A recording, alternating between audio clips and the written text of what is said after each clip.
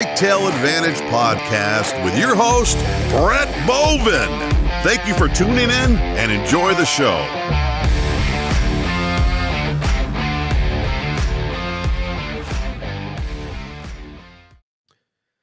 Hey, Dan. Yo. I went to the dentist today. How'd that go? Pretty good. You know, for a guy that I got lazy, I didn't go to the dentist for a while. I'm in that. You're in that same bed? Yeah. Yeah. I And haven't been in a while. obviously, a lot of people know that I've dipped, but I've quit since New Year's. I put maybe one in here and there, but I was scared to go to the dentist. My wife finally talked me into going to the dentist. And you know, I was surprised. They said, for a guy that hasn't been to the dentist in a while, and for someone that's dipped as much as you have, your teeth are actually in pretty somewhat of good shape. I was like, really? Like, yeah. So I went a little while ago, did my right side, and then today I got done my left side. So now it's kind of going back and kind of doing some maintenance stuff in there. But yeah, that was today. Sounds like a normal day of being an adult. Yeah. God, I love being an adult, man. Yeah, I need to get back in. I haven't been in a while. I just don't like the dentist. I don't like needles, and I don't like the noise, and yeah, it's just annoying. Yeah, it's not my favorite. I'd rather go to the doctor any day over the dentist. Yeah, I'm not a big fan of doctors, but yeah, I'd much rather go to doctors than dentists. My favorite is going to the chiropractor. Oh, that's awesome. That's a good old time there. Yeah. And my chiropractor is a like-minded guy like us. He's an outdoorsman, Mhm. so we just talk hunting and fishing. And I actually did some nuisance trapping at the chiropractor's office. I trapped like 6 raccoons out of the lobby. Oh, nice. They were in the drop ceiling. They were accessing on the roof. And yeah, so he's cool. I enjoy going there. Yeah. Well, everyone, this is episode 53. Thank you for tuning in. Words are hard, man. Let's just rewind that. Welcome everyone to the Whitetail Advantage Podcast. This is episode 53. Tonight we have Luke. I'm not going to say his last name because I know I'm going to just brutalize the last name. So I'm going to have him do it. But before we get into that, thank you everyone for tuning in again. If you want to be a guest on the show or have any questions for tonight, you can text me at 269-993-3653, or you can comment us during the show for Luke. But enough about us. We're still in Iowa. I got a chance to do a little quick 15, 20-minute meet and greet with Luke on Sunday. Little familiarity with us. He's also in a criminal justice, and just like him, we aren't using our criminal justice degree anymore. At least I know I'm not. Imagine that. I know. But enough about us, enough about me and my dentist have, but let's just give Luke a round of applause. Oh, Luke. Hang on, let me get it formatted here. There we go. Let's see our ugly faces as much Oh, as now I'm possible. the big one, huh? Yep. You've got the stage tonight, buddy. All Yeah. right. How's it going, guys? Oh, just a normal night here in Michigan. Actually, we've got pretty good weather here right now. We can't complain. It was nice here today too. It's been windy the last almost week. I mean, like brutal winds, but today it finally broke a little bit. It was over 60 here, so it was gorgeous for April anyway. Nice. Heck Yeah, they're on Friday. They're calling for gusts up to 40 plus mile an hour. I was like, geez, man, if we get like 3 days where it's like 60 plus degrees and somewhat windy, but yeah, I can't stand the wind. It's the one thing I hate the most.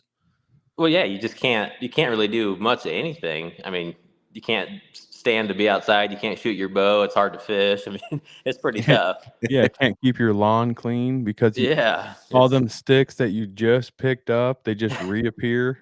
That's right. I just Yeah. mow over them. You go outside and it's like, all right, it's windy. I can manage it. But some reason, if you're outside for like 3 hours and you're not really doing much work and you're just picking up some sticks, you come inside and it's like, I just want to go to bed. I just worked like 80 hours. Somehow you get like so tired. I think it's just going through your ears, and it wears me out too. I don't know what it is about it, but it gets to me. Yeah, I went out fishing this morning, and it was pretty windy, and yeah, I don't know what it was, but I was ready for bed at like 6. I can I imagine. honestly don't even know how I'm awake right now. I got a second wind though, so I'm good. I won't bore you to sleep. I'll try my best anyway. Oh, you're good, man. I'm excited to talk about the infamous state of Iowa. Like, does that add any pressure to you Well, hunting in Iowa, knowing that that's like the state that everybody's drooling over? It does in different ways.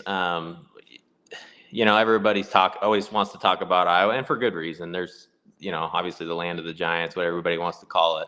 And they're here, don't get me wrong, but it's what people see isn't exactly a great representation of the state of Iowa and its hunting. You scroll through Instagram or you watch the Outdoor Channel, you see Lee Lakosky killing 200-inch deer every year, whatever it might be, and it's not a great representation of it.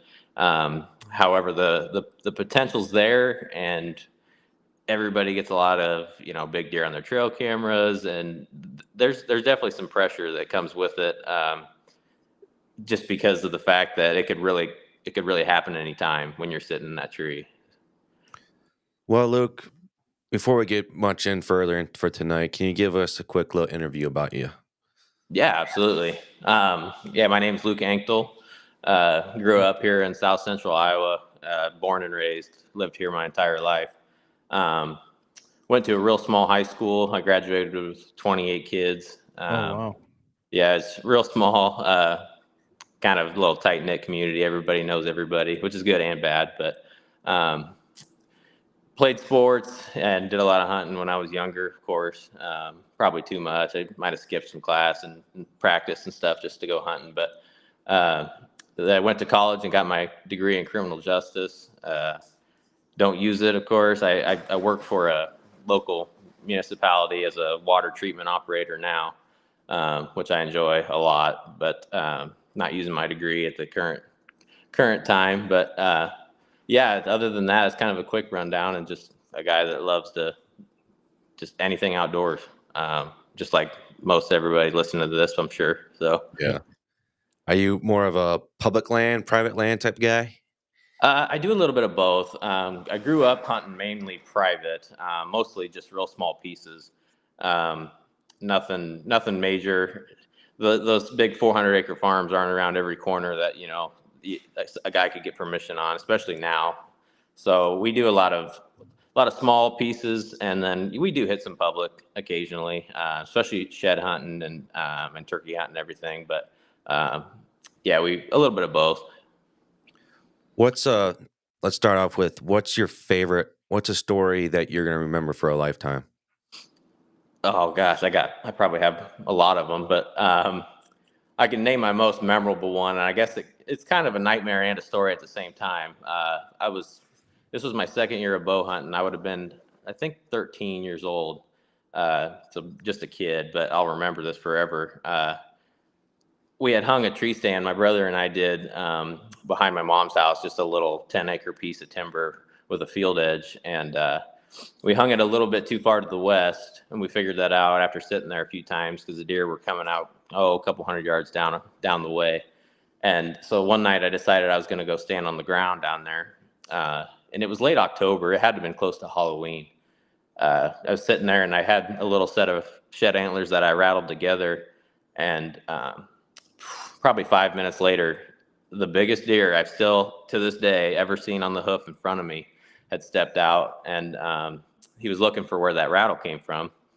So I had my grunt call in my mouth, and of course I was shaking like a leaf, just being a kid and never really been in that situation before. But I had my grunt call in my mouth, and I grunted at him, and he looked straight at me. So of course my heart and stomach just sank. Couldn't really keep my composure very well at that point in time, and he walked straight to me, 15 yards probably. Turned. He never really saw me. I was up against a tree, but he figured out that it probably wasn't another buck grunting at him. and he turned, and I drew my bow back, and somehow when I had it back, my grunt call was still sticking through the string on my bow, and I was shaking so bad. I let that arrow go after I put it behind his shoulder, and it went so far left. I lost it. I don't even know where it went, but I missed that deer so clean, and because I think my string might have clipped my grunt call, and of course I might not even have held on the deer by the time I let the release go. So that one still haunts me to this day. He was probably, my mind remembers that he had to have been in the 180s, probably as a 10-pointer with some trash. He was just a giant deer, and yeah, that one still stings a little bit. I haven't had anything like that again. So I bet.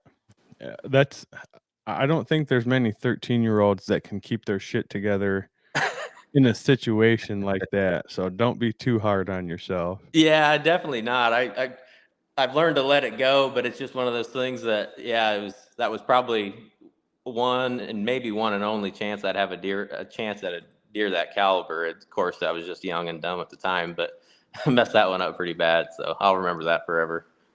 But I'm sure from that, though, you've learned some tricks, though. I want to say tricks, but you've learned to move on from that, though, right? Oh, yeah. Yeah, absolutely. I mean, I think that's part of becoming a better hunter each and every year. Just those little experiences that, of course, I missed a deer, and it didn't, like in that scenario, I missed a deer and nothing bad happened. Other than it might have crushed my morale a little bit, but I learned from it. And I've never made that mistake again, and I never will, just because, of course, that's happened to me. Yep. Yeah. So I mean, that's a huge part of becoming successful, number one, and overcoming your mistakes, I guess. I feel like so anyway. Emotional stability, basically. You kind of have to learn from it and grow from it. But I think one thing you have to learn from failure, though, is to be able to accept it and look at it and you're like, yeah, I failed. And trust me, I've been there. I mean, the first time I shot my deer, I missed at a doe right below her stomach. And I kid you not, I'm crying in my stand. I'm 12 years old, tears coming down like a waterfall. My dad's coming over me. He's like, excuse my French. She goes, why the fuck are you crying? I'm like, because I just missed that deer and I've been practicing and I want this deer. And he goes, well, that's deer hunting, dude. And you got to get used to it. And next thing I know, a week later, I shoot my small little 2-point buck. But I don't know. I love learning from the mistakes that I make because I think that makes everyone better. But you have to be able to face those failures at the same time. Oh yeah, and it's so much more rewarding when you've had, in that experience, you've had that bad experience, and then, in your case, it was a week later, but yeah, you turned around and you made a better shot and you executed. That's so rewarding. Yeah. So it makes you want it more when you've come that close and it doesn't pan out the way that you want it to. In my short experience, when I've made those mistakes, it's like brief where I get frustrated and I just want to give up, but then I'm like, no, dude, like, what are you talking about? Just get back to it. And then it just makes me more focused. I feel like, if it was, I feel like if you didn't have those struggles, that people wouldn't be as passionate about it, just because it's so hard. Oh yeah, it's not. That's what, and that kind of goes just into like the chase of it. I guess the adventure. I mean, it's not like it's shooting fish in a barrel. Like this is, this is a challenging hobby or sport, and there's a lot of ups and downs. And I think learning from the success and having those mistakes, it makes you better as a hunter and as a person. I mean, because it correlates to life as far as I'm concerned. So absolutely. And there's a rabbit hole I want to go down, but if I go down it, and I know I'm just not going to see myself out of it for a while, so I'm going to hold off on that because I know I really going to go down it. But I don't want to talk about us, Luke. So what's it like hunting out there in Iowa? Let's just start off there. Yeah, it's changed a lot in my lifetime. Now it's kind of it's different. It's challenging. There's a lot of social social pressure around it, I think, and I think that's everywhere. It kind of goes back to what we were talking about earlier, but as far as, the actual deer numbers and the accessibility and stuff, that's a little different story. The deer numbers are exceptional here, as far as I'm concerned, at least in my part of the state. There's some parts of the states where it's not. Western Iowa really struggles with their deer herd just because of habitat. But here in South Central Iowa, really Southern Iowa as a whole, there is ample habitat and agriculture. That's huge here, obviously. Kind of, the breadbasket of the United States, what everybody says, but it's perfect habitat for deer to, number one, survive, and number two, to make it to a mature age. So there's kind of a perfect storm why they're, and everybody has their own opinion on that, but it's a perfect storm why the deer do get so big here. A lot of it's just the quality deer management. I guess the agenda that there's a lot of people behind that now. Didn't used to be, but there is now. Of course, everybody's passing on those 3-year-old deer and wait until they're 4 or 5, which has its benefits and its cons too. Don't get me wrong, but there's a lot of deer here. There's also a lot of deer hunters now. It's changed since I was a kid. You never heard about anybody leasing property. And that's kind of everywhere now. It's really tough to go knock on somebody's door and get permission anymore. Number one, because it's kind of people will lease it if they're able to. If the landowner is willing to lease it, of course they'll do that, because they're going to make a couple $1,000s when you're just going to maybe help them fix some fence if you can. So right, it's changed a lot, that's for sure, but it's still no place I'd rather be.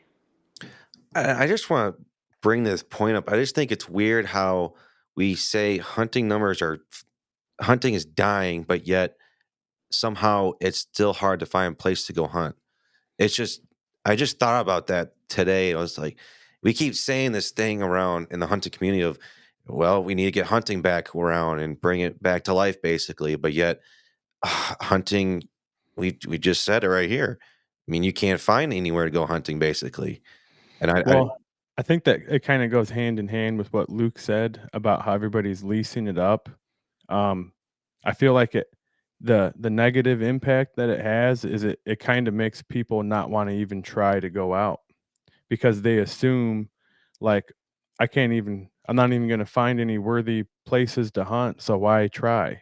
And it seems like it's becoming one of those hobbies or sports where money rules all.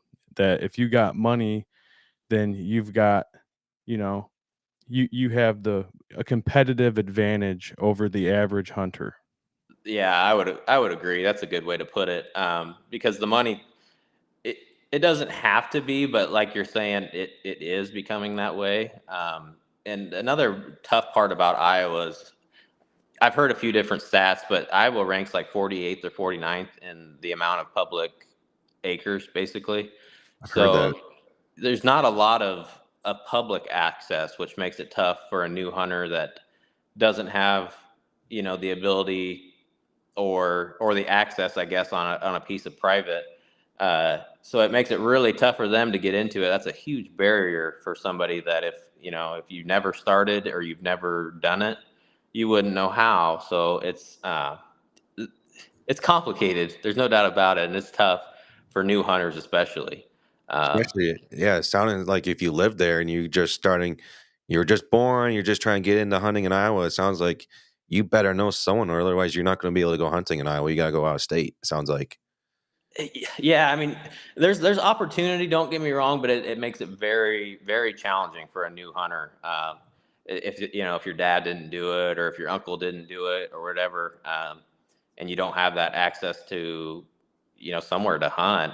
They can always go to public, don't get me wrong, but it's crowded just like everywhere else. I would say even maybe a little more crowded just because of the lack of access. Yeah, it's getting tougher every year when there's big farms being bought by hunters or by people, just by new people that aren't allowing hunting. So it makes it tough. There's no doubt about that. Yeah. what do you think that's making Iowa so unique in a way of their quality deer management? What do you think is the number one thing that's making them stand out against everyone else?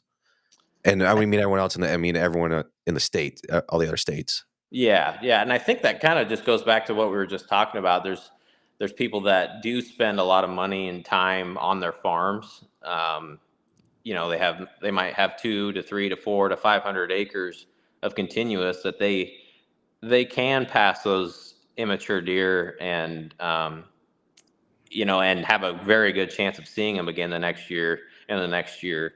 Whereas somewhere like down in Missouri, or it's hard to give it an exact example, but because it could be in Iowa too, but there's places where smaller tracks that those deer could be on the neighbors, or they could be a mile down the road, and somebody with some different values might harvest that deer, which there's nothing wrong with that.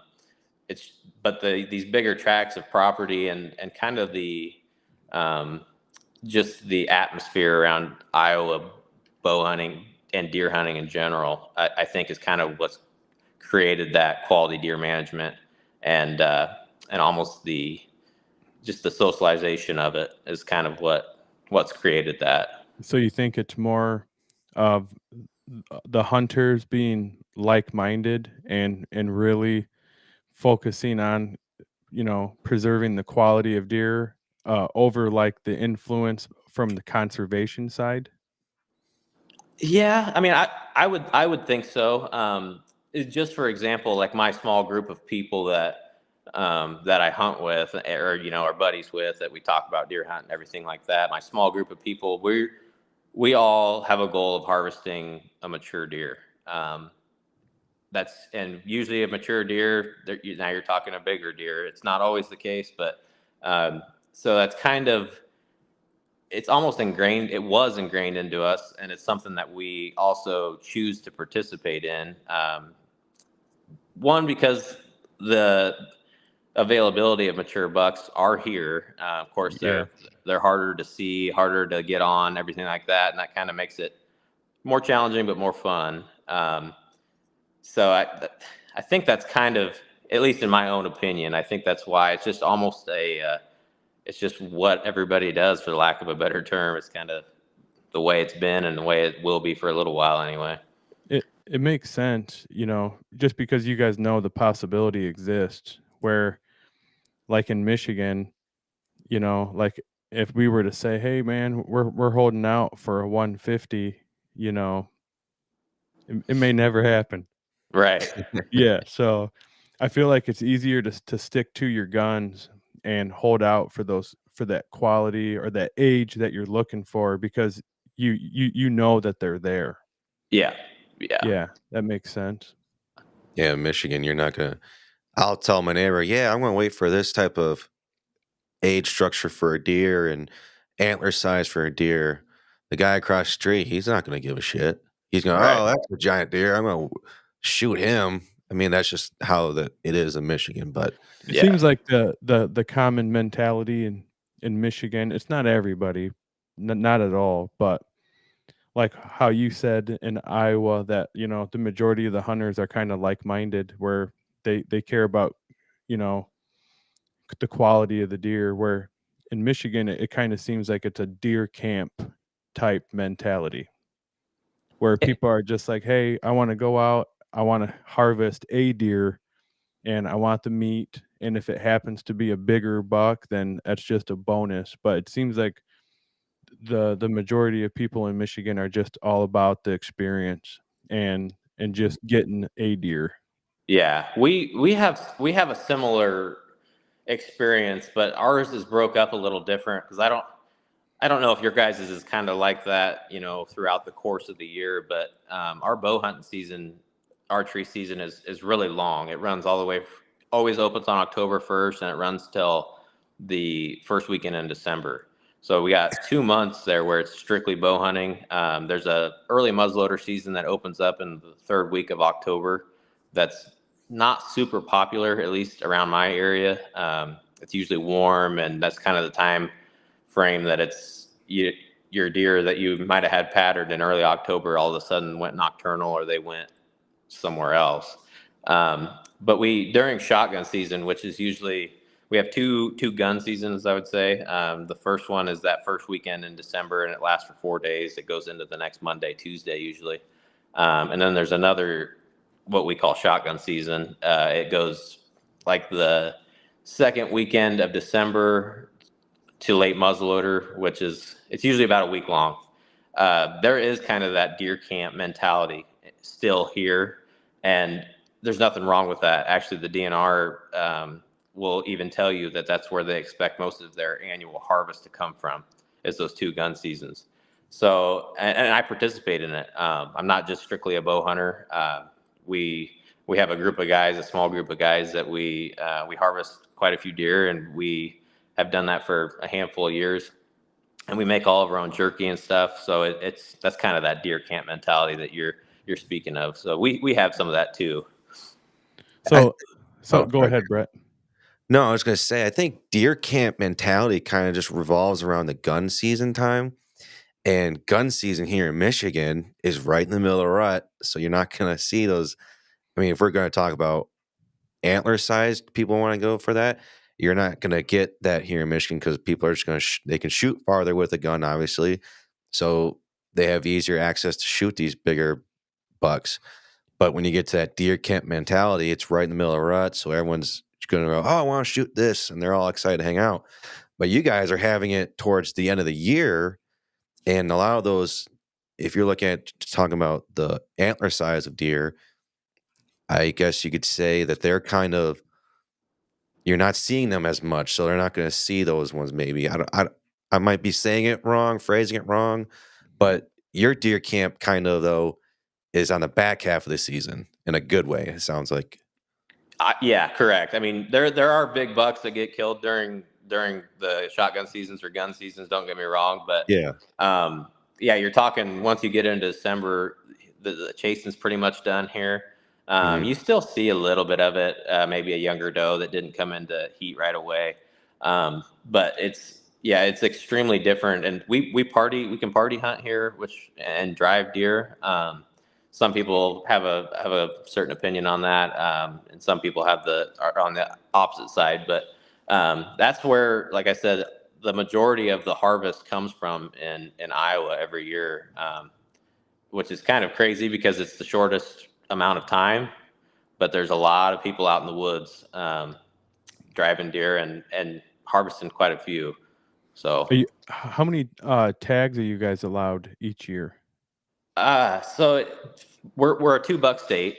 You can harvest, you can buy one for archery season, and then you can buy one for any gun season, which we have a late muzzleloader season as well, which runs from usually that weekend before Christmas to January 10th. That's when it always closes. So like somebody like me, I always buy my buck tag for archery, and then I'll buy it for late muzzleloader. But you can also purchase pretty much as many doe tags as you want until that county's quota is filled. Okay. So yeah, and there's like in my county specifically, there's 4,500 to 5,000 doe tags alone that are sold here. And then a lot of the counties in this south central area are the same way. There's quite a few doe tags, and a lot of that's due to the habitat. Again, there's a lot of deer here, so. Sounds like both states here in Michigan the same way. No one wants to shoot does. I think that's more of like a common thing now. People don't want to shoot the does. They just want to go shoot those giant bucks now.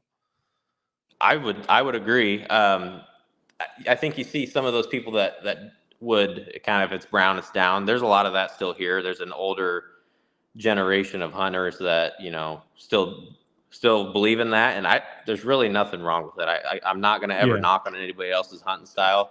As long as you're hunting, yeah. Yeah, that's exactly right. I always harvest a doe or two, especially during archery season. That's a great way for me to get my jitters out. Early October, I'll usually try to take one. And then depending on what time of the year it is, or if I have the ability or opportunity, I'll usually take another during bow season. And then usually a few different doe tags for the gun seasons as well. I've never shot a doe. It's not like I'm not against it. I just, every time I'm like, all right, I'll shoot a doe. And I have that mentality all the time because we get $2 in a doe tag. I just, I don't know what it is where I hunt, but the doe here, they are just like freaking Einsteins out there. And you just move, I'm granted you move at all, they're going to see you. But it's like if your eyelids move and blink, they see you and they're just staring. What was that? And they're like, and they'll see you 5 miles away. I mean, the doe where I am at, they're just so freaking smart. And it's like, I can't get an opportunity at them. I would say the same, at least for the most part, is similar here. It seems like they are always looking, and they know their surroundings really well. I think I kind of have a theory on that does don't travel and use as much ground as a mature buck or even a immature buck. So I feel like they almost have a better sense of their surroundings.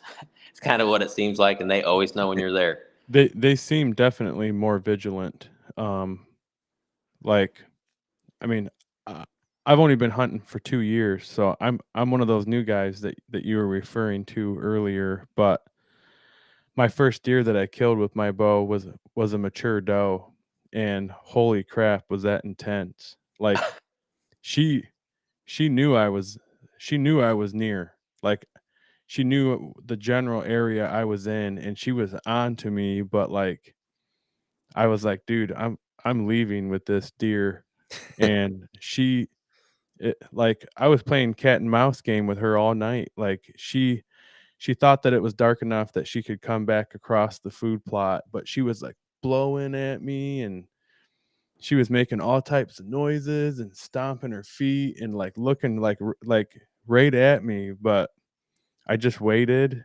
and I had never practiced ever shooting my bow from a seated position, and every time I tried standing to draw on her, she was like looking right at me and making it really hard. So I told myself, I'm just going to draw right here, and I'm going to see how it feels from a seated position. And if it feels good, I'm going to send it. And I smoked her, and I never ever practiced that, never tried it. And one of my hunting mentors, the one who was letting me hunt on his property, when I told him what happened, he was like, dude, that's your killer instincts. Like, that's your natural killer instincts. He was like, you adapted and you fucking killed her. He Yep. was like, you'll be just fine at hunting. So I was like, man, I didn't even think of it like that. But that was intense, man. I'll never forget it. Well, yeah, that's just the ability to be able to adjust and adapt. You sounds like you've learned that like right away. That's something that I think every hunter should continue to learn, because there's always something that throws a wrench in your plans. Even as something like that where you got to shoot from sitting down, that's difficult. I always at least practice it a little bit, and I've shot more deer sitting in my tree stand than I have standing. It just seems like it's always worked. It's kind of a funny thing. I can imagine that was stressful too, especially that dove knew you were there. And also, I didn't realize how uncomfortable I was going to be up in the tree stand. Like, once I stood up, I was really uneasy. I felt like I might fall. So that kind of added to, the intensity of the situation, because every time I was standing, I wanted to sit down because I was, scared, for lack of a better term. Yeah. And then I was like, dude, like, this deer is right here. Like, she's coming home with me. And like, it just felt good. And then when I shared that story with Brett, he was like, yeah, dude, he's like, I only shoot seated. And I thought that was really cool, because he's the first person I met that prefers to shoot that way. Yeah. And it works. And I told myself that this season, I'm definitely going to incorporate that into my training, because it'll probably happen again. Yes, it will. I think shooting seated just gives you more control in a way, and you feel more relaxed. And if you stand, granted, I'm afraid of heights. I don't have a problem standing and shooting, but I practice. I stand shooting. I only time I shoot sitting is when I'm actually hunting. I just feel more control and I feel more at ease. Everything's smooth when I'm sitting down shooting. I stress myself out in practice so that way when I'm out in the field, this is just a cakewalk at that point. Yeah, I would agree. Like I said, I've shot most of my deer from an elevated tree stand. I've done it mostly sitting down. There's been a few where, of course, I've been like turned all the way around the tree or what have you. It you're I'm not really scared of heights, but you consciously know that you're on a small platform, 15 feet in the air, um, not really watching your feet. So it's kind of like this conscious feeling that um, you got to be really careful, and one wrong step, you could potentially fall out of the stand, or bust the deer, depending on what's going on. So it's I would agree that sitting down, you kind of just have more control of the situation. Yeah. And shooting out of a saddle was something that I had to learn to do too. That was something I practiced quite a bit before I actually went and did it. That's a whole different feeling. Because number one, the saddle game, I felt uneasy to start. Once you kind of get the hang of it, it's awesome. But my first deer I ever shot out of that was a mature buck, and it was definitely something that I was glad I practiced, because it would have been really bad if I didn't. Just because it's very hard to actually get leaned down with your bow arm and lean down. But anyway, yeah, I could go on about that stuff for hours. But No, so are you with saddle hunting now, but if you're hunting on a lot of private land, are you doing like a mix of both then? yeah, my I believe in being pretty mobile, because there's always a change in a pattern. So I do have some sets that I always pre-hang, of course, and I'll move a ladder stand here, a lock-on stand here. But I also have some trees that I just set a set of climbing sticks to go up, and I'll use my saddle for that. And then I also have like a complete run and gun setup that I will strap onto my pack with 3 lightweight sticks and go climb a tree. If I've seen a deer come out in that spot a couple nights in a row or whatever it might be, I think being mobile is a huge asset of a hunter, just because you can't always sit there and just wait for him to come to you. There's a time and a place for that. Don't get me wrong. If you're sitting in, let's say you're downwind of a bedding area during the rut, there's at some point that big one will walk by you. But there's an advantage of being mobile too. So. Yeah. So out there in Iowa on your private land that you can hunt, what exactly what's your style out there on the private land? What are you looking for? What makes you like, I like looking at this on a map. I like looking at this out in the woods. What's your go-to? Yeah, so I mean, I guess my experience is mainly off of pieces that I've hunted for multiple years. So I do a lot of my scouting during shed season, because usually there's either a little bit of snow on the ground or there's no actual vegetation, like growing vegetation. You can see trails really well, fresh tracks, beds. You can always see that kind of stuff, like, in that February or March timeframe. So I do a lot of scouting during there to see how they're using the property, because sometimes it changes from year to year. It depends on kind of the conditions or whatever might be going on. But so I'll see, oh, this seems like a bedding area, so I'll kind of keep my eye out for that, and then see a lot of different trails, rubs and scrapes. Of course, those are pretty visual. You can see those anytime. But as far as actually formulating a plan to hunt these pieces, it's changed for me over the years. I used to have a lot more time to hunt. I think as you get older and responsibilities creep up on you, there's less time. So I do a lot of my bow hunting during the rut, and kind of that late October till Thanksgiving is kind of my honey hole. So I focus a lot on bedding areas, and being downwind of them. That's worked for me in the past. If Sometimes it can be kind of slow depending on what's going on. Deer usually don't walk downwind. So like if let's say the bedding area is 40 yards to the north of you, they're not going to usually walk downwind. Sometimes they do, but that buck might cruise downwind of that in front of you, of course, scent checking that area, whether it's a group of cedar trees or whatever that bedding is. Bucks will cruise that in early November around here. I've seen a lot of that. They cruise with their nose down on the ground, trying to pick up that first doe. So that's kind of my early rut plan, I guess. The middle of the rut, I don't truly have a plan. It's usually where I'm getting trail cam photos or what I've observed from sitting that same piece of property in the past or even that year. It's kind of just a crapshoot. Of course, yeah, if you're sitting over food or a food plot and there's does out there, there's also bucks around. So I've done some of that as well.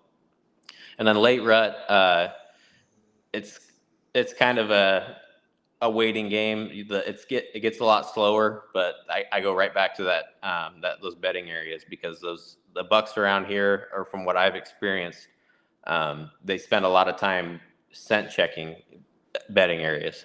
So that's kind of my main staple.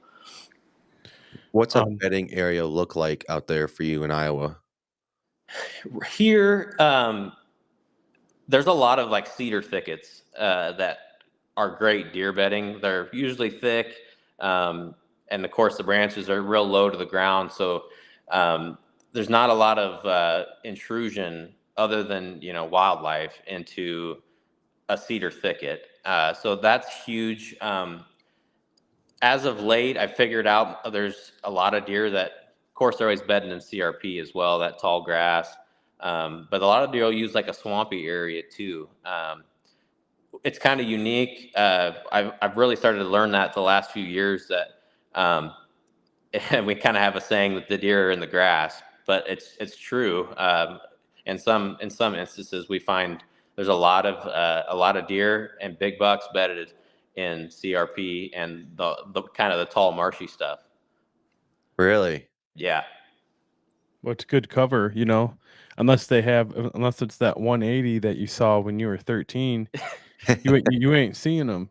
Yeah, exactly. Unless you're elevated, and you have that right vantage point. But yeah, that's exactly right. They feel safe. And a lot of times, especially a big mature buck, we've found this out when we've been doing deer drives and just walking to the stand during bow season or whatever. But a lot of times they'll let you walk right past them if you don't see them, and they will jump once you're past them. It's really crazy, and it seems backwards, but it's the truth.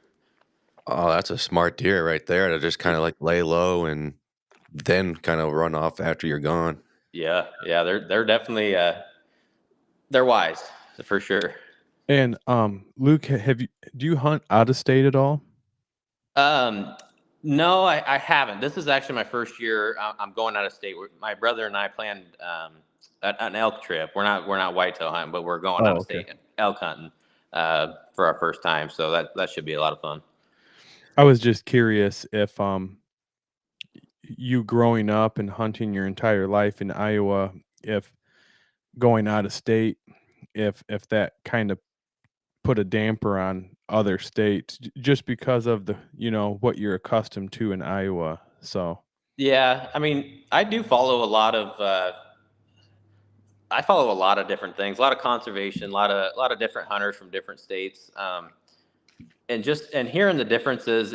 We're all similar in some sort of way, of course, but just hearing the difference between like you guys in Michigan and then down here, yeah, we're a few hundred miles away, don't get me wrong, but it's just kind of crazy to see the difference in a short short range. Right. Michigan, I think, could be a honey hole. Like we have everything that could make the state great.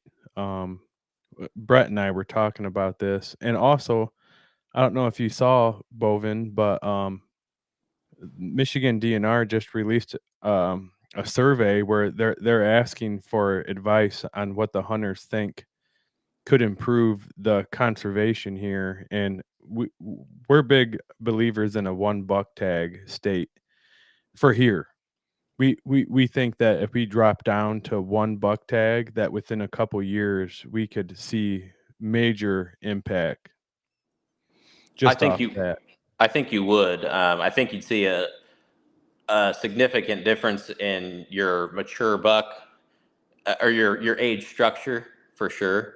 Um, and yeah, I think what we'll end up seeing. I mean, we're all younger guys, I suppose. We'll end up seeing some sort of like generational change. I think at some point in time, there's still kind of the good old boy society here, and I'm sure in every state there's that kind of, if it's brown, it's down, and that's perfectly fine. But I think what we'll end up seeing is there's like us, we're like-minded. We have the same goals as far as what we want to get out of deer hunting. So I think we'll slowly but surely, hopefully, start to see those things. And and the deer not like here. It sounds like there too. They listen. They'll listen to their hunters. Of course, licenses and tags and everything is the main source of funding. So it'll be interesting to see how it continues to evolve over the years.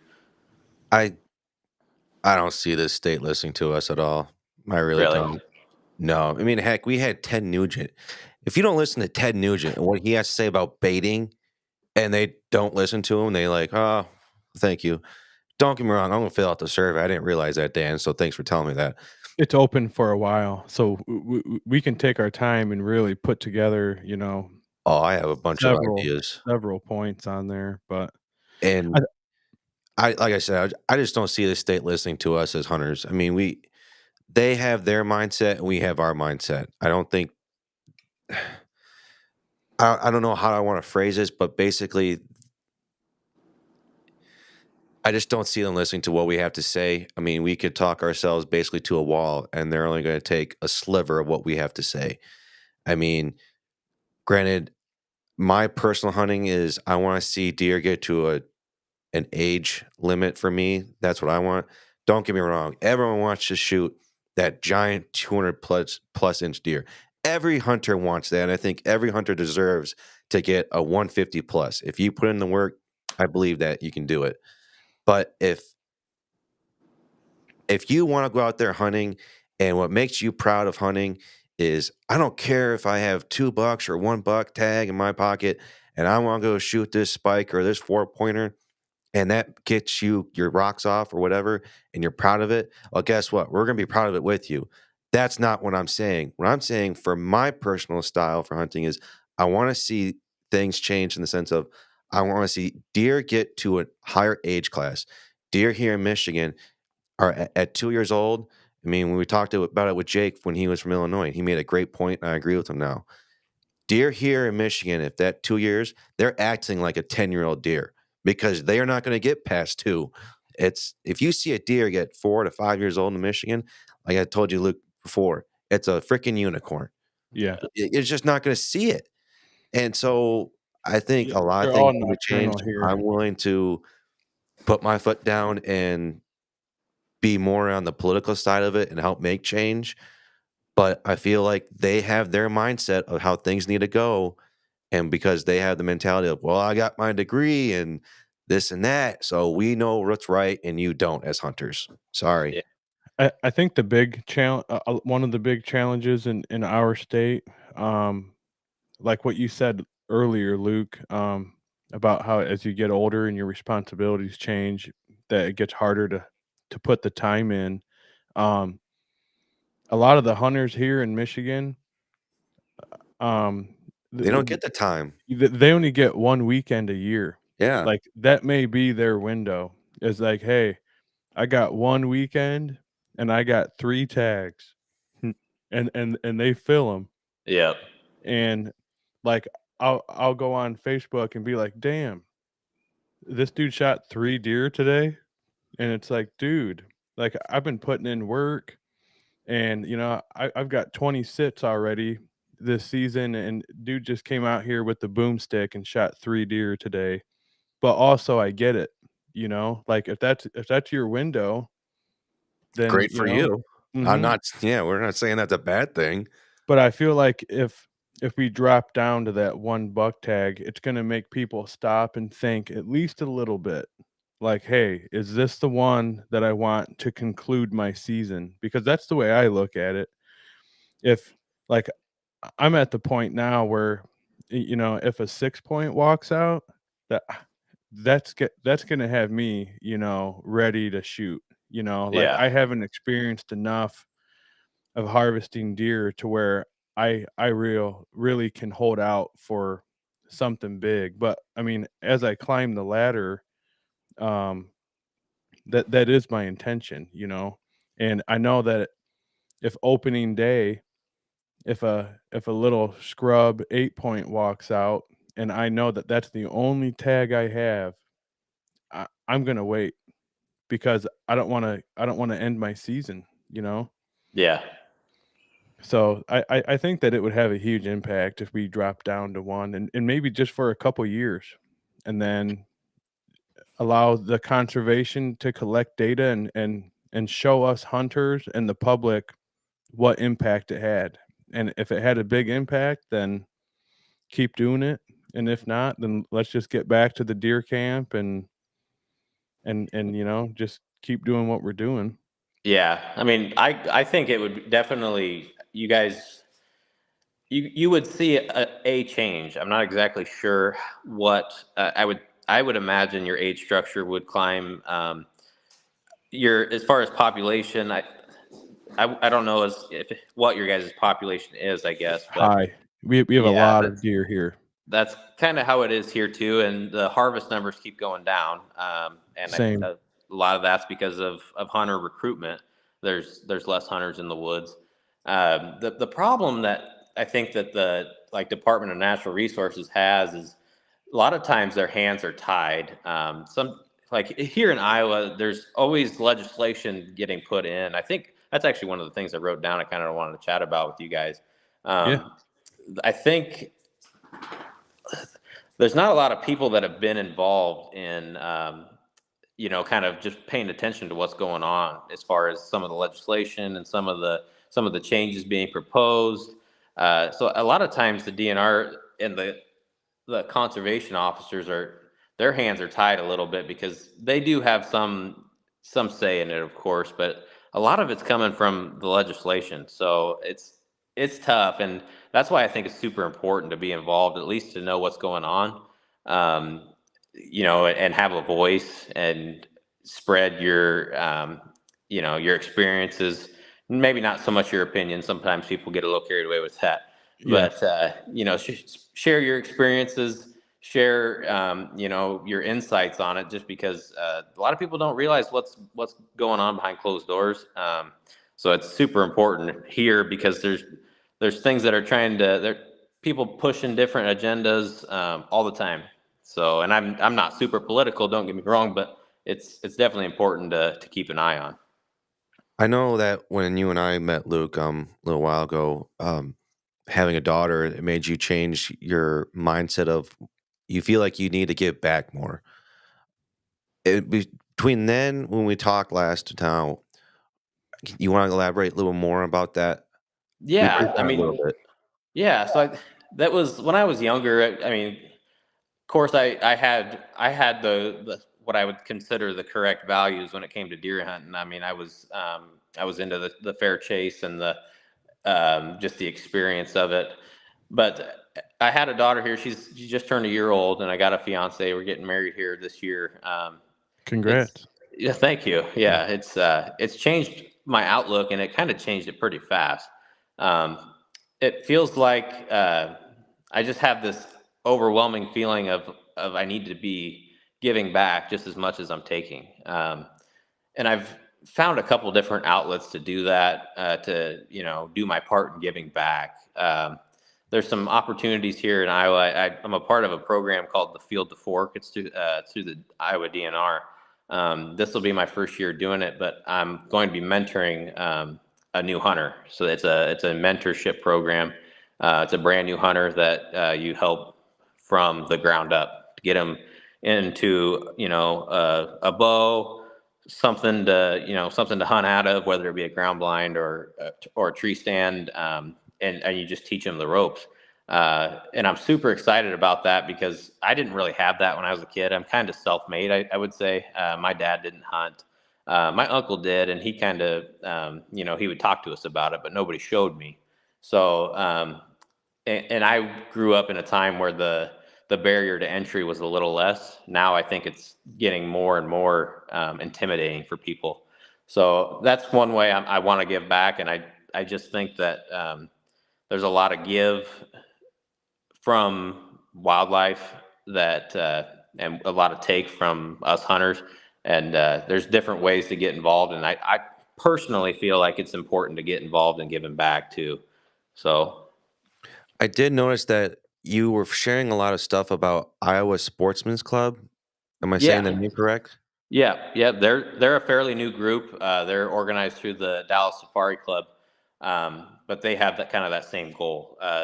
They're into hunter recruitment. They're into following the legislation, opposing what needs opposed, and being for what's positive for us. Just for example, here a little while ago, I suppose it's been a couple months now, but there was legislation in the committee, the Natural Resources Committee, that was trying to make its way through, that was going to allow 500 outfitter tags, which there's different opinions on that, and I don't need to really get into mine too much, but we opposed it. As the issue with it is that some people could see that it would create a huge, people would just be the highest bidder for these tags. If there's 500 of them that get split up to these outfitters, all they're going to be doing is just whoever the highest bidder is, they're going to make their money on that tag. When in fact it was actually just handed to them. They didn't have to purchase the tag itself. So it's a little unfair to the non-resident hunter who wants to draw that tag, and so there's a lot of different things that go on, I guess, and I try my best to keep up with them. There's almost too much. It seems like something's always being attacked. One of our freedoms are of what we enjoy doing. So, but yeah, they're a great committee and a great group of guys that are in it for conservation and for passing on the tradition of hunting. And for that mentorship program that you guys do, is that for children or is that for adults too? This one is this 18 and over only. So there's Okay. so yeah, this is actually for like teaching adults. They might be younger, they might be 18 or 19 years old, which I was probably still a kid at that point, even though they say you're an adult. But so it's kind of unique in a sense that these people, they want to get into it, and just trying to jump over that barrier. You need somebody to talk to, especially if they don't know anybody that has done it. So how can someone get into that type of field of fork that you're doing? How did you get involved in it? So I actually reached out. They had posted something. I think it was on Facebook that this program was going on. They were just kind of sharing some information about it, and I had reached out to the coordinator and just asked if they needed volunteers, basically, if there was something that I could do to help with the program, whether it be mentor or to help somebody. Maybe I can give them one of my old archery whatever it might be. And he actually said, yeah, we're looking for new mentors all the time. So I went through the process. They do a background check on you, of course, the little stuff, make sure that you're not a terrible person. Yeah. So we went through all that, and and I haven't got my assignment yet, but I'm looking forward to it. Heck yeah, that's cool. That's something that, as soon as I got into hunting, because I've only been hunting for 2 years now, I knew right away that I've been missing out for a long time, and that all 3 of my boys, it's a big goal for me that I want to get my boys involved, because I wish I grew up doing that, and I didn't. My dad didn't hunt. I didn't really have a relationship with him, to be honest, but the the love that I have for it, I'm like, man, this is like the greatest thing ever. Like, I can't get it off my mind. And yeah, like I think doing that is cool, and it's important to make sure that we lock it in forever. As long as we have strength in numbers, I feel like they can't ever take it away from us. That's exactly right. I have that same opinion. As far as getting your boys involved, I mean, that's what it's all about. Yeah. That's awesome. Yeah, I can't wait for you to experience that, because it's sure it's going to be super fulfilling for you. They my oldest son is about ready where he's going to be going on some sits with me this year. My two little ones, they're not really ready yet. They're 4 and 2, Yeah. but I shot a 3-point this year behind my parents' house, and they were able to come out and see the deer with me, which they hadn't done that yet. And that was really cool. That's why that deer was my favorite one to date, because my boys and my wife were involved in it, and my youngest went right up and was like hugging on the deer, even though it was just pouring blood out. But it was really cool. Like, I'll never forget that. That's awesome. Yeah, I love to hear stuff like that, and that's something that'll hook them forever too. So Hmm. yeah. Well, Luke, we're going to get ready to wrap up for the show tonight. Was there a story you didn't get to share, or a topic we didn't get to get down on tonight that you wanted to talk about before we go for the night? Uh, I mean, we've talked about quite a bit of stuff. I mean, I guess another thing I had written down is, especially for new hunters, and I think being proficient with your archery equipment is something that's overlooked a lot of times too. There's I know a few people that kind of just shoot their bow, like maybe they'll shoot 3 arrows downrange before October 1st, and go out and hunt. And there's nothing wrong with that. Don't get me wrong, but I think as far as being successful, I wonder if people would be more successful if they spent a little more time practicing. And I'm sure you guys have that same opinion. Yeah. That's important. But yeah, I mean, that kind of It just definitely seems a lot different, a lot more finesse than pulling your rifle out and making sure that your scope is still sighted in. Um, yeah, like I'm comfortable with firearms, but when I shoot my bow, I feel like it deserves the most respect out of all of the weapons that I have, because I feel like it takes a higher skill set to be good with it. Where with a gun, it's easy. You just point and pull the trigger. Where I feel like there's so many little things that go into your bow, especially since I've only been doing it for 2 years now. So that goes back to why I want to get my boys in it early, because by the time they're 30, I want them to be, you know, I want it to be second nature to them, where I'm still at the point where I'm going through that checklist of all the stuff that, my mentors and my bow guy taught me. Like I'm still going through that every time I pull my bow back, where it doesn't feel second nature to me yet.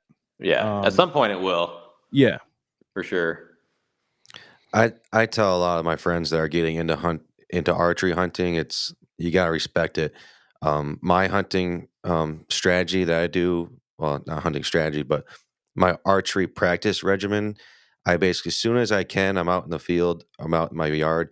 I just practice at a circle form, a circle dot target, and I just practice on form. I practice just on a slow back, and I hold it as long as I can, and I let go. I only do it for like 15 minutes. You don't need to get out there shooting 50 arrows a time. No, you got to make sure each one, I practice perfect. Each one I do until my arm kind of starts to give out, and then I'm done. And then as soon as August comes around, then I start throwing up a 3D target. I get my eye adjusted to a pitch of a deer. So it's mental picture in my mind. My eye gets used to it. And then it gets that, all right, now it's just bam, second nature at that point. And that's just kind of what I do from year in and year out. And I think people that don't archery hunt, they don't understand everything that goes into archery hunting. And I think that's probably why, in my opinion, archery is dying in a way, because there's just so many things go wrong with it. It's extremely hard. People don't like to hunt. Nowadays, people are lazy, and it's a hard thing to do. So Yeah. picking up a gun is 10 times easier. So I'm gonna go do that. I've always been a stubborn SOB, and for whatever reason, the struggle, whatever it is, I like the struggle, and it just makes me want to grit my teeth and come back harder. That's why I like the archery. It's not easy. So Me too. That's why I like it. Yeah, it's that challenge is what brings me back every single year. Yep. That's kind of hard to describe why, I guess, but I feel the same way. Real quick though, Luke, what type of archery stuff you got? So I shoot at Elite. I have for a lot of years. I've been an Elite fanboy, I guess, for a long time. I still shoot a 2014 Energy 32. I've had a lot of other bows in the past, but that is my go-to bow. Don't plan on changing anytime soon. But yeah, and then as far as kind of some of my equipment, I guess, a lot of times FMJ arrows, Eastons. Hell yes. Yeah, that's kind of been what's successful for me, and I like shooting a heavier arrow. This year will be my first with fixed blades. I'm looking forward to that too. Do you guys shoot fixed blades? Yes, I have been. Luke. Yep. I shoot a fixed blade. So please, if this is your first year, please say the brand, and it better be the correct brand, Luke, or you're never coming back on the show again, Luke. The buzz cuts, the Magnus. That's that what what he you're likes. shooting? Yeah. What? Is that what you're shooting? Yeah, Yeah. I've done a Luke, lot of my research man. into it. You just had to toot his horn. They're a nice broadhead. I didn't. I've done a lot of research, and they're actually more expensive than when it comes to hunting. Cost doesn't really mean a lot to me. It's kind of my one main hobby, I guess. But they're more expensive, and I was kind of curious why. Did a little research into it and found out just how tough they were, really, and how successful they've been for people. Yeah, they're cool and they're sharp. Oh, they're amazing. I'm a tooth of the arrow guy. Dan, no one cares. Okay. Hey, It's all about hey Matt. man, I'm a newbie and I'm whacking deer, and I've been going clean through all the deer that I've shot, which is only 3, but 2 seasons, three deer, and the tooth of the arrow, I haven't had any issues. Yeah. We just like to haze each other. I'm sure that the Magnus are good, but the tooth of the arrow is what I first got, and because it's not broke and I haven't had issues with it, I'm sticking with it, and I'm just gonna keep using it. But those are good too. Yeah, I mean, I think putting 2 holes in a deer or any game that you're trying to harvest is a lot better than putting one. So Luke, Oh yeah, usually they'll the cut a hole. penetration is the big thing for blood trails anyway. Yeah, What- and I only shoot 49 pounds right now. So Okay, that's and- interesting. yeah, I have a bad shoulder. Okay. And I bought my first bow used from one of my best friend's dad, and he's a taller, left-handed guy as well, and he just had a shoulder surgery, and I was like, dude, yeah, like that's perfect. And then when I took it to my bow guy, he was like, it's only set at 49 pounds, but he's like, if you have a bad shoulder, he said it might be a good weight for you to use. Yeah. And 260 feet per second is what I'm shooting, so it's working. Yeah. I mean, that's especially if you're comfortable using it. That's really what it comes down to: being proficient and feeling comfortable. So. Mm-hmm. Luke, what made you what caught your eye? What was it about? How did you find out about Magnus? What was it like researching about them? Like what eventually made you know what? I got to try them. I think the bleeder design on the one was usually, that's kind of what caught my eye to begin with. They're kind of unique in how they're shaped, I guess, compared to some of the other ones I've seen. And then there's also that serrated option that you can do. It was kind of interesting, and I was wondering what the price difference, or why there was a price difference, I guess. And you watch some YouTube, or you read some reviews, and people are shooting them through 55-gallon steel barrels, and they're not bending or breaking and staying sharp. So, I mean, you do enough looking and reviews on stuff, and they're all positive. At least you can kind of, at least that, that's a safe bet to something to try. Yeah, and So the attention to detail that they have down there is amazing. I mean, I'm a big advocate for attention to detail, and they're just a strong broadhead. They'll pierce through anything, and I use the Magnus Stinger broadheads, the with the bleeders and the serrated edges one. Those are my favorite. I've been using those for a long time. Never had any complaints about them, and we're in no any connection with Magnus, but I'd love to, only because I love their product. yeah. And actually, a spoiler alert, here in a couple weeks, I have Derek Craig coming on the podcast, and we're going to be probably talking about Magnus broadheads. He's That'll be the fun. owner. Huh? Is he the owner? No, he's like I guess if you want to call it second in charge there. Okay, so Like but he's on helped staff. design pretty much every broadhead that they've had there. I've had him on. He was on my episode 5 here at Whitetail Advantage. But so we're gonna have him on again. But yeah. Cool. I'm excited for that. Well, Luke, again, real quick, a story you didn't get to share, another topic maybe. Anything else?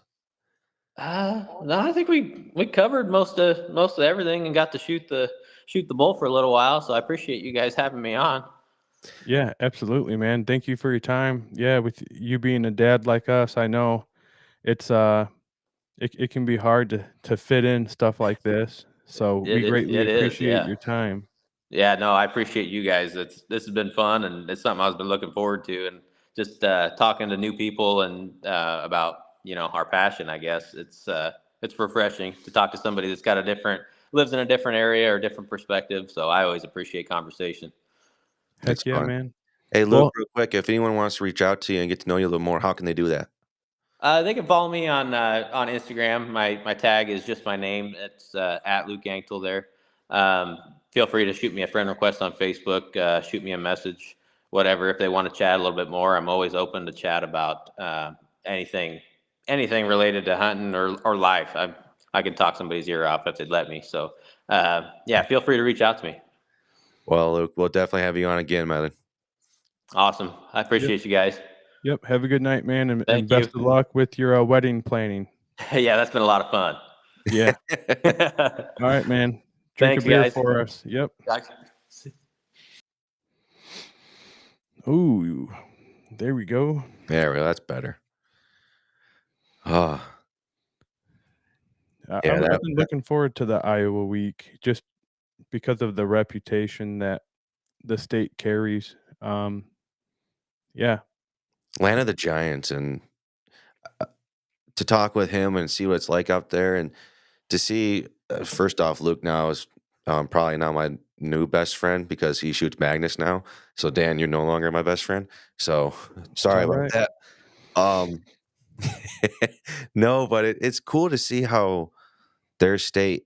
And since you said that survey came out today, one thing I definitely thought of was being able to say, hey, I think we need to put the gun season in December. That's a good Real quick, suggestion. yeah, I talked to my wife about it. Sorry. I think it was like last season, 2023 season, or it was 2022 season. She asked, so when's gun season start? Because she wasn't fully familiar with hunting. I said it's November 15th. And she's like, oh, when's the rut happen? She's like, she knew about that. I told her, well, it starts basically in the middle of gun season, November 15th, basically. And she's like, well, that sucks. You're putting gun season right in the middle of the prime hunting season. I was like, yeah, it kind of sucks. And I think they need to move that out and give us archers more of a chance to hunt. I think there's so many things that this state needs to change and fix. And Yeah, I think it would still have an impact, but all it's going to do is just force more guys to go buy fucking crossbows and be like, oh, they're taking away our rut action. yeah, Let's go get our crossbows, those. I don't But even remember real quick. I'm drawing a blank. Are we allowed to hunt with crossbows? in archery season? Like if you're, yeah. Yeah, October 1st, crossbows are I out remember. there. Yeah. I was drawing a blank. I think I need to re-up my laws again, but Yeah, you can hunt with the crossbow pretty much the entire season. that's right, because we make fun of the homeless hobbit that does it. Yeah. So you can have magnification and optics October 1st, which I I personally believe that the majority of the people who choose to use a crossbow is just because of that reason. Yeah, they For want the to get their gun competitive season in. advantage, not because of like a like a health or a fitness reason, like people aren't capable. I feel like it's just, hey, we normally only hunt we normally only hunt like 2 weeks during gun season, and now we can hunt the entire season, Right. which it puts more pressure on the archery guys that traditionally that they tend to have, less um pressure when they're out there. But Yeah, now archery is getting that same it kind of feels the same as gun season. You're just not hearing a loud bang every 5 seconds. exactly. And then, for instance, where I hunt, I'll say is, um, it's only like a couple of us hunt on the property, but as soon as gun season comes, it's like everyone flocks there now to start hunting. Yep. And I mean, we can hunt during the gun season with our bow, but I don't, only because it's just a lot of people are there. So I basically could turn my head and I was like, "What's up, dude?" And you're seeing, and look, "What's up, dude?" Look the other way, and Mhm. that's just how many people are out there. And I'm not saying it's a bad thing, but it's not my property, so it's like I want to back away, let them have their time, stuff like that. So I feel already pressure enough as it is hunting with a bow. Then I had to add it in the fact of, well, I got 3 weeks basically to hunt, and I got this small time frame and make sure everything is falling into place to try and get one of these deer. It's just a lot of pressure on mentality wise. I do, yeah, that's definitely something that I'm gonna put in that survey is Yeah. the 1 buck tag and shifting the dates of the gun season. Um, Oh yeah. Still allow the same amount of days, so that way, it's not taking from the tradition, because I feel like that's gonna be the the biggest The hurdle to pushback. get over Yeah. is that Michigan traditionally everybody knows November 15th. Well, let's just say this, November 14th, Walmart is fucking packed Yeah, and that's true. everybody's buying $5 camo and they're buying their tags and they're going out Yep. on the 15th with a gun. So I feel like that tradition of everybody wanting to go out there and gun hunt, it cannot be shortened. But I feel like a compromise would just to be to shift it. Yeah, it's like a state holiday basically. I remember in high school, everyone's like, "Where's so and so? It's November 15th." Oh, yeah, that's right. They're not Mm-hmm. here. It's just Mm-hmm. everyone's gone.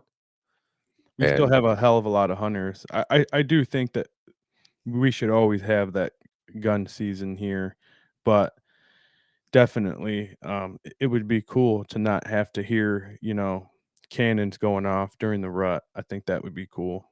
that'd And be and amazing. also, speaking of Michigan conservation, did you see that a gray wolf was killed in Calhoun County last week? I heard about that. We were talking about that at my bonfire last Saturday. The dude thought it was A coyote. coyote, yeah, but it ended Yeah. up being a gray wolf. And I don't think the guy's getting any trouble or anything, only I sure as hell hope not because because you don't hear wolves down here. yeah, no, I mean, we put a lot of faith in the information that we get from conservation and stuff, and gray wolves are not supposed to be in the Southern Peninsula, let alone Southwest Michigan. No. Um, I mean, you've and heard he stories did maybe up there, like, in the Traverse City area, kind of. Maybe only because, like, when the wintertime and the lake freezes over and then crossing maybe that, but that's the only place you might hear of, yeah, maybe. yeah, and, yeah, it's been they were reintroduced up in the UP in, like, the '80s, and they're definitely thriving up there, but, yeah, as far as everybody knew, they weren't down here, and the hunter did everything by the book. I mean, yeah, he killed it, but if I was in that situation, I would have done the same thing. I would have been like, "Damn, that's a huge coyote," but Right. it can't be a wolf. It can't be. No. And then he shot it and he turned it over to DNR. So as far as I'm concerned, he did everything ethical. But if you were to go on to the articles, oh my God, there are so many stupid people that are like Ripping him a new one. yeah, like making him out to be this piece of crap because he killed a wolf and like I hope they press charges on him. And it's like, dude, like he did everything by the book. Like he was on a guided coyote hunt. So I mean, he I was know that. with, you know, like he was with an outfitter. So if an outfitter said, "Yeah, buddy, pull the trigger," even he thought that it was just a massive coyote. So I Right. mean, it was a freak accident if you think he did something wrong, but somebody shouldn't be penalized for that. No, and for everyone to kind of go out there and it's just the world this we live in now of you see one thing and you're quick to overanalyze and quick to Yeah. judge them, and it's like you see a small little sliver. It's like stop, let him freaking finish his story before you start wanting this guy to die. And then because we also have a zoo in Calhoun County, Right. some people have theories that it could It have escaped. escaped. Yeah. Because I think that there have been wolves that have escaped from there. I could see that. But I think it's been a long time. Right. But you know, it's nature, man. Like it's always throwing you a curveball. Exactly. So, I mean, as far as I'm concerned, that guy did everything right, but very interesting to say the less. But, Right. you know, that's crazy. I'm Uh, anxious to hear how that turns out more in further investigation that the needs to happen before people quick to judge. the only thing that's a little I wish that they would show a picture of it. They haven't they haven't released a photo of the wolf. They No, I just haven't keep seen it putting either. generic photos of a gray wolf on there, but I'd like to see it. It was 90 pounds. Oh, that's freaking huge. Yeah.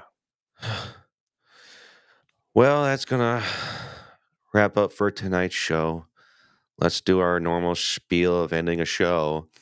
Uh, if you want to come on the show and represent your state and be a guest on our show, message us on our social media platforms, or you can text me at 269-993-3653. This is the Electronic Campfire, people. Everyone's welcome. We're going to say what we want. We're going to defend everyone. We're going to defend this guy until we know further investigation, but we want people to know, be proud of your hunt. We're going to defend you guys. You want us to be, if you're proud of your hunt and that hunt made you happy and you wanted to come and show it somewhere, come on our show and we'll post it and be happy with you. And if someone wants to start bashing on you or whatever like that, they're going to have to go through us first before they get to you, because that's bullshit. So I'm getting tired of that stuff. Sorry, I'm going down a rabbit hole. I don't mean to. I'll go down this rabbit hole at a different date and time, but thank you all for listening for episode 53. Thank you all for tuning in, and let's wrap up for tonight's show. Dan, what do you say? Yeah, man, let's hit it. All right. Thank you for tuning in to another episode of the Whitetail Advantage Podcast. We hope you enjoyed the show, and we will see you next time.